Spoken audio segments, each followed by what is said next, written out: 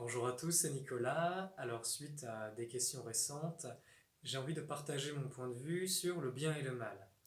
Alors, le mal, qu'est-ce que c'est selon moi? C'est la différence, simplement, c'est quelque chose de mathématique, entre la perfection et l'imperfection. C'est le différentiel entre les deux. Mais c'est aussi le différentiel entre la vérité et l'erreur. Le mal naît de ces deux contrastes.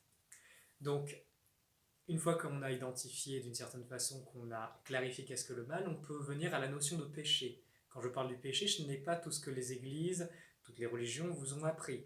Le péché, c'est simplement savoir en soi-même que l'on commet un acte qui est dans l'erreur, mais aussi dans l'imperfection, et le faire sciemment.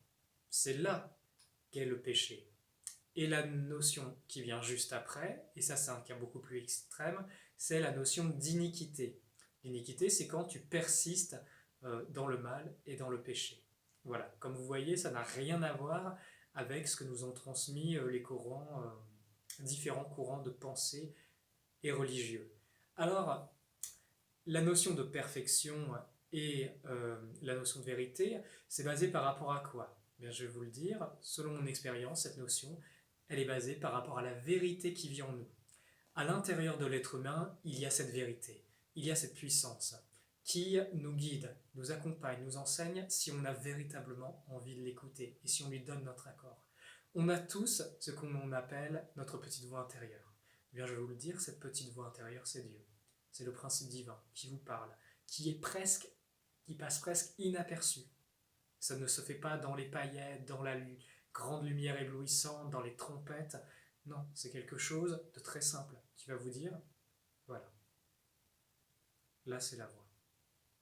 Et par contre, quand vous commettez un acte, vous savez qui n'était pas en accord, vous allez sentir en vous, il y a quelque chose qui va se dire, j'aurais pas dû.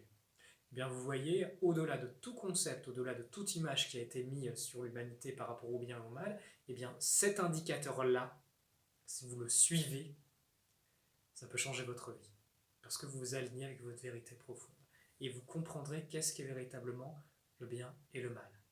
Maintenant, je vais aborder le sujet d'un point de vue énergétique. Alors, comme c'est mon métier, je peux en amener mon témoignage. L'énergie du mal, quand j'y suis confronté, quand je fais des purifications de maison, ou sur les gens, ou quand je l'aperçois dans mon quotidien, elle a trois critères qui sont reconnaissables.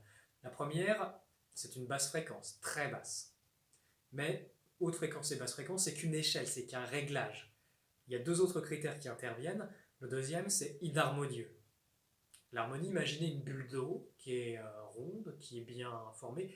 On va dire que c'est une structure harmonieuse. Par contre, si ça s'agite, si ça devient chaotique, là, c'est inharmonieux. Et le troisième facteur, c'est le principe de cohésion. Quand il y a de l'amour, hein, il y a la cohésion, il y a la colle. Par contre, quand il n'y a pas de cohésion, c'est la destruction, c'est le principe destructeur. Donc le mal, en termes vibratoires, on le reconnaît de cette façon. Basse fréquence, inharmonieux et incohérent. Voilà d'un point de vue énergétique. Maintenant, l'énergie du bien. L'énergie du bien, eh bien, c'est une haute fréquence. C'est harmonieux et c'est cohérent. Il y a beaucoup d'enseignements falsifiés qui disent il n'y a pas de bien, il n'y a pas de mal. Si vous ne savez distinguer le bien du mal, vous êtes récupéré. Ce sont les enseignements lucifériens. Liberté personnelle, glorification du moi, et surtout négation complète de Dieu. Voilà quelles étaient la doctrine luciférienne. Donc ces doctrines mènent au mal. Basse vibration, incohérence, inharmonie.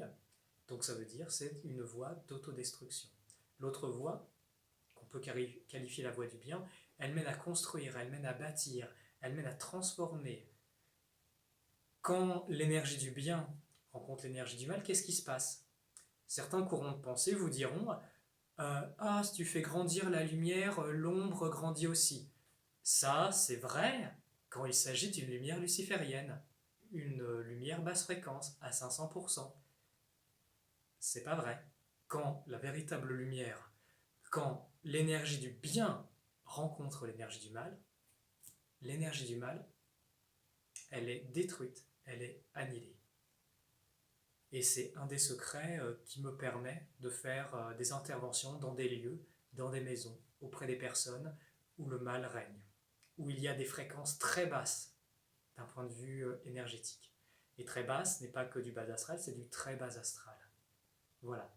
Là, je vous parle de choses tangibles, de choses que je vérifie de par mon expérience dans mon métier avec des résultats concrets. Je vous remercie pour votre écoute. Je vous partage tout cela car pour moi, il est temps que les idées reçues sur le bien et le mal, elles cessent et que la vérité soit faite. Je suis en chemin, j'apprends aussi, et je vous partage le fruit de mes recherches, de mes découvertes et de mon parcours. Je vous dis à très bientôt et puisse cette vidéo clarifier de nombreuses choses dans l'humanité. À très bientôt.